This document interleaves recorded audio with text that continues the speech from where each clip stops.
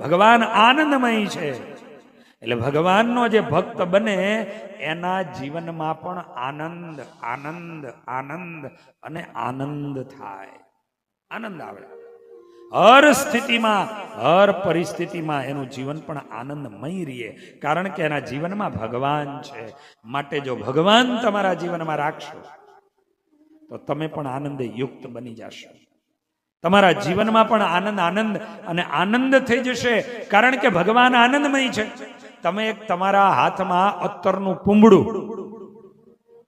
થોડી વાર માટે રાખો, 2-4 મિનિટ, અને એ હાથમાં રાખેલું અત્તરનું પૂંબડું પછી કોઈ બીજાને આપી દો, એટલે ભાઈ તું લઈ જા, તને આપી દીધું. તમારા હાથમાંથી અત્તરનું પૂંબડું વયું ગયું, તમારી પાસે નથી, અને છતાં એ હાથને આમ નજીક લાવો ને તો એ હાથમાંથી સુગંધ આવે છે. કેમ?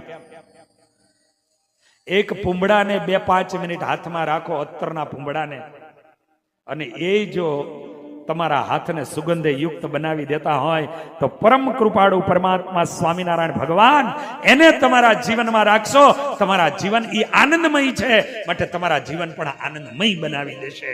તમારા જીવન એને પણ આનંદમય બનાવી દેશે. માટે ભગવાન આનંદકારી છે, માટે ભગવાનને પણ એનો ભક્ત એનું જીવન